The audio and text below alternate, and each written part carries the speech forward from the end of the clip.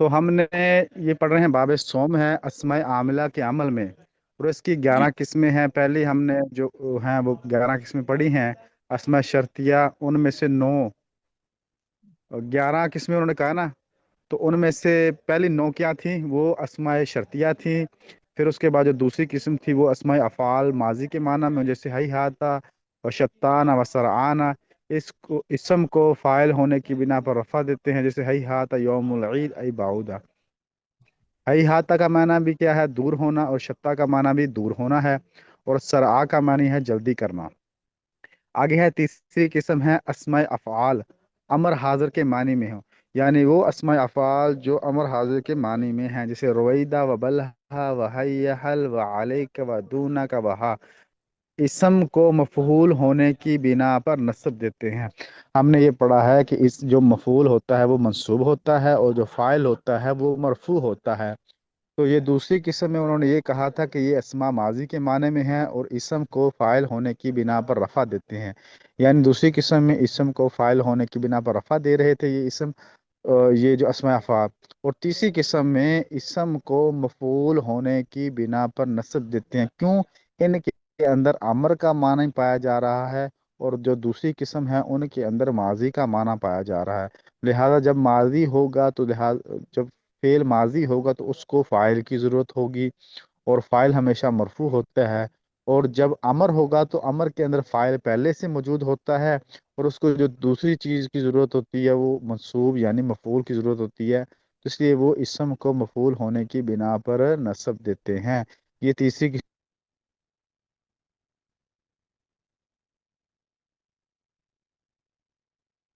کیونکہ اس کے اوپر 2 تنوین یا 2 پیش آتی ہیں۔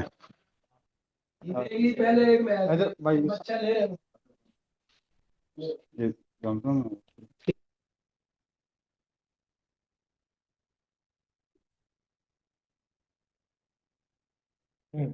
آواز نہیں آ رہی ہے سر آپ کی؟ سب بہت کام کیا جاتا ہے۔ تو یہ تیسری قسم میں انہوں نے ہمیں یہ بتایا ہے کہ یہ تینوں جو رویدہ و بلہا و حیحل و علیک و دونہ کا وہا، یہ اسماء ایسی اسماء ہیں جو اپنے اسم کو نصب دیں گے، یعنی زبر دیں گے، کس بنا پر؟ کیونکہ اس کا جو اسم ہے وہ مفعول ہے۔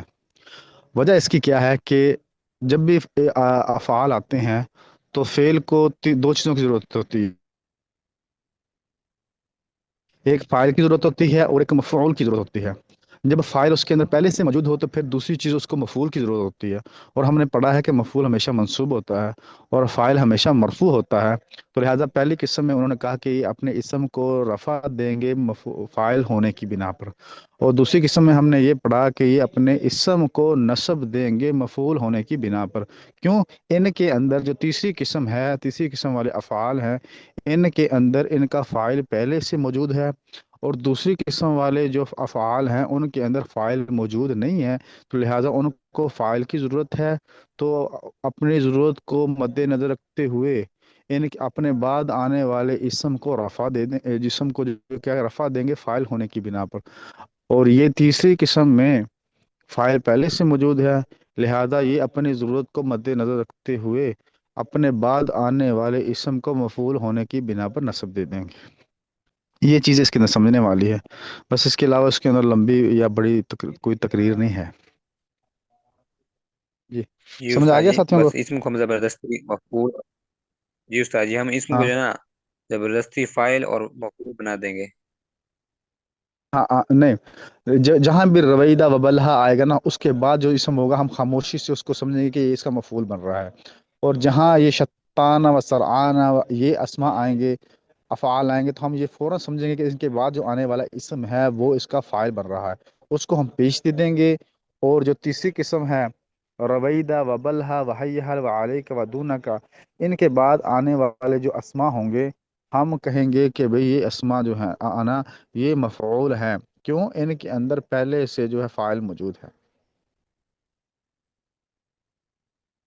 جی جی استاد جی، استاد جی اس کا مطلب کیا ہے رویدہ کا؟ رویدہ و رویدہ بلہا وحی اللہ۔ مہلت دینا، چھوڑ دینا، مہلت دینا، یہ ہم معنی ہیں سارے۔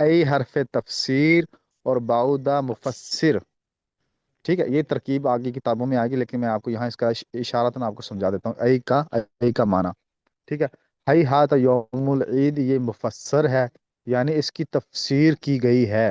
ٹھیک ہے، یعنی یہ جملہ ہے جس کی تفسیر کی گئی ہے. ای حرف تفسیر ہے اور باؤدا یہ مفسر ہے، یعنی جس نے باؤدا لفظ باؤدا فعل نے آ کر ہی ہاتھ یوم العید کی تفسیر کر دی، تو اس لیے لہٰذا پہلے والے کو ہم مفسر کہیں گے جس کی تفسیر کی گئی. پھر آگے حرف ای ہے اور پھر آگے باؤدا یہ مفسر ہے. ٹھیک ہو گیا؟ یہ سمجھ میں آ گئی بات آپ کو؟ جی. وہ ساتھی پوچھ رہا تھا نا یہ ای کیا ہے، تو ای کا میں نے آپ کو مطلب سمجھا دیا. پہلے والا ہی ہاتھ یوم العید مفسر، ای حرف تفسیر اور باؤدا مفسر.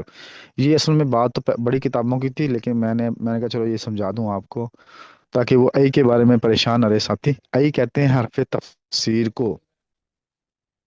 جی. سر یہ بہودا کہاں سے آ گیا؟ بہودا باؤدا یہ فعل ہے، باؤدا یا بعودو، کاروما یکرومو. مصدر آپ نے پڑھا نہیں ہے وہ کاروما یکرومو؟ وہ عثمان علی باب پڑھ لیا کاروما یکرومو؟ حضرت تبھی نہیں پڑھا صرف آپ بھی ابھی نہیں تو پڑھا؟ ضرب حضرت، میں وہ پڑھے ہیں۔ تھوڑا سا پڑھا ہے جی وہ بھی. اچھا ہاں، صرف چلو صغیر میں. ماشاء اللہ پڑھ لیں. جیسے ہاں جیسے نا جیسے ہے ناصرہ ینصرو، ضربہ یضربو، سمیع یسمع، فتح یفتح، اور یہ حاسبہ یحسبو ایسے ہے. کاروما یکرمو، باعودا یبعدو، یہ چھٹا باب ہے غالباً صرف بیر میں، تو یہ اس کا مصدر ہے باعودا. یہ ہے لازم، متعدی نہیں ہے. یہ پورے کا پورا باب لازم ہے، جو صرف اپنے فاعل کے ساتھ ہی پورا ہو جاتا ہے. جی. اچھا حضرت، یہ جو ہم نے پڑھا کہ اسماء افعال یہ ہیں تو اسماء لیکن افعال کے معنی میں ہیں، تو پھر یہ ان کا جملہ افعال جو کے ہوگا ہی ہاتھ یوم العید، یہ عید کا دن دور ہوا، یہ جملہ اسمیہ ہوگا یا فعلیہ ہوگا؟ کیونکہ یہ ہے تو اسم، تو جو جملہ اسم سے شروع ہوتا ہے وہ جملہ اسمیہ ہوتا ہے، اور جو فعل سے شروع ہوتا جملہ ہے وہ فعلیہ ہوتا ہے. فعل کے ہاں معنی میں. یہ سوال بڑا ہاں یہ سوال بڑا امپورٹنٹ سوال آپ نے کیا. اصل میں جو ہم نے اپنے بڑوں سے اساتذہ سے اس کی جو ترکیب سنی ہے نا، جملہ اسمیہ خبریہ ہی سنی ہے. ٹھیک ہے، ٹھیک ہے، ٹھیک ہے. لیکن کچھ اساتذہ ہمیں یعنی بتاتے ہیں کہ آپ اس کو من وجہین فعل کے معنی میں بھی لے سکتے ہیں، یعنی جملہ فعلیہ خبریہ بھی بنا سکتے ہیں. لیکن اکثر اساتذہ سے ہم نے اس کے بارے میں جملہ اسمیہ خبریہ ہی سنا تھا. اچھا ٹھیک. حضرت، آج میں نے بھی ہاں جی. جی گزارش یہ تھی کہ اگر ہم اس کو کہیں کہ جملہ اسمیہ ہوا لفظ کے اعتبار سے اور جملہ فعلیہ ہوا ہاں معنی کے اعتبار سے، کیا ہاں اس سے بھی سوچ سکتے ہیں؟ یہ بھی ہاں ایسے بھی کہہ سکتے ہیں. تو اکثر ہم نے جب پڑھا ہی ایسے تھا جملہ اسمیہ خبریہ، تو میں نے بھی ایسے ہی پڑھایا. لیکن کچھ اساتذہ کی بھی کچھ کتابوں میں بھی آج میں نے دیکھا، تو کچھ کتابوں میں ملا، لیکن زیادہ تر کتابیں جو ہیں جملہ اسمیہ خبریہ ہی کے بارے میں انہوں نے ترکیبیں کی ہوئی ہیں اس کی.